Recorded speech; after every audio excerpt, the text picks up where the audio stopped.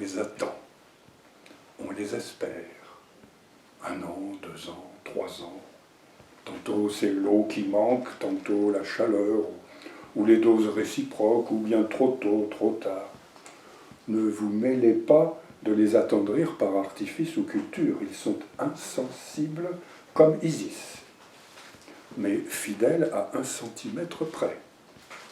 Un air égyptien ou tombé de la lune, mais rendez-vous rubis sur l'ongle. Ils se font en telle pente exposée au sud, mais la petite sœur bredouille. Les uns en demi-cercle, les autres en crotte de mouton, selon les espèces. L'étranger y perdra son latin, ses souliers, mais mon père a la carte dans la tête qu'on se passe de père en fils comme un secret. Étrange attirance, comme si un beau matin sous la mousse il poussait des princesses lointaines. Comme si un beau matin vous vous réveillez en plein pays de cocagne. C'est la manne. Tout le territoire en est enrichi, embelli, par un paysan le plus galeux qui n'en est le jour venu les yeux plus bleus, les oreilles plus roses. Ça se dit de porte en porte. Il y en a. Et les vieillards se redressent sur leur canne, et la marmaille en est toute vermeille. Est-ce vrai, est-ce faux? Les malins courent le village, rigolos, prouvant par A plus B que ce n'est pas possible. Un tel en a porté, rétorquent les enfants passionnément. Des escargots, nigo. Ils se tiennent quoi, le doigt sur la bouche. Cependant, les malins et demi en cachette préparent leur panier. Il y en a.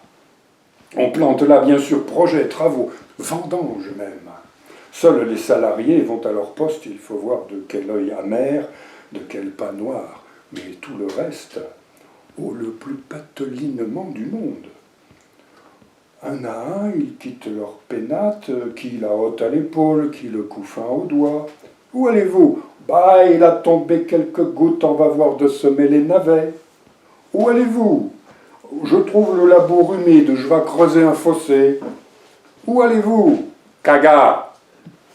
Si la forêt figure au nord, vous voyez tout votre monde s'égayer vers l'est, l'ouest, le sud, le sud-est, le sud-ouest. Si indolemment et s'arrêtant à tout bout de champ pour rallumer leurs cigarettes qui n'en finit plus de s'éteindre. Comme par hasard, ils sont tous boiteux, paralytiques. Et de traîner la jambe, et va comme je te pousse. Mais des pleines campagnes, chacun retrouve ses pieds, voire des ailes. Et tac, tac, tac, en un rien de temps, les voilà tous au beau milieu de la forêt, nez à nez. Et pas penaud pour un sou, les gaillards. Ne sont-ils pas les as de la farce? Maintenant, il s'agit d'ouvrir l'œil, et plutôt 4 que 2. Je veux dire que s'il est dans la bande quelques papettes à vue faible, il a fait suivre le plus perçant de ses gosses en guise de bésicle. Et chacun d'entrer en piste, de bas en haut, de long en large, on te fouille et refouille le bois, rasibus, pas le moindre lopin qui passe au bleu. Question d'honneur. Pensez donc, un cep perdu, c'est une perle aux asticots. Ils vont attentifs, vigilants, pas à pas, et tout à coup, Seigneur du ciel, voilà-t-il pas là, quel trésor! Un cep, un vrai, un noir, un authentique mâle, puissant et dru, royal, pontifical. Ah, ça vous fait voir 36 000 chandelles, je vous le jure. J'entends encore le profond cri de joie de mon père quand il lui en tombe un sous la coupe de l'œil, et le geste conquérant, précieux, de la longue main flexible. Chut, vous autres, n'y touchez pas, avec vos pattes de mazette. Il y faut, sachez-le, écolier, afin que nulle miette ne s'en perde, et que ça garde tout son lustre, il y faut le fil du couteau. Délicatement, à genoux. Après quoi, ne mettez pas de pousser quelques feuilles sur le pétiole, de peur que vos concurrents ne s'y brûlent l'œil, ou que ça ne le rallume au profane. Au retour, il est de bon ton de faire le modeste si l'on est riche, le richard si l'on est coup-ci coup-ça. Ça ne trompe personne, mais c'est l'ail de la chose, et le cep sans ail. Ce n'est pas fini. Le lendemain, il faut voir la gueule de ceux qui n'ont pas su, pas pu, pas cru.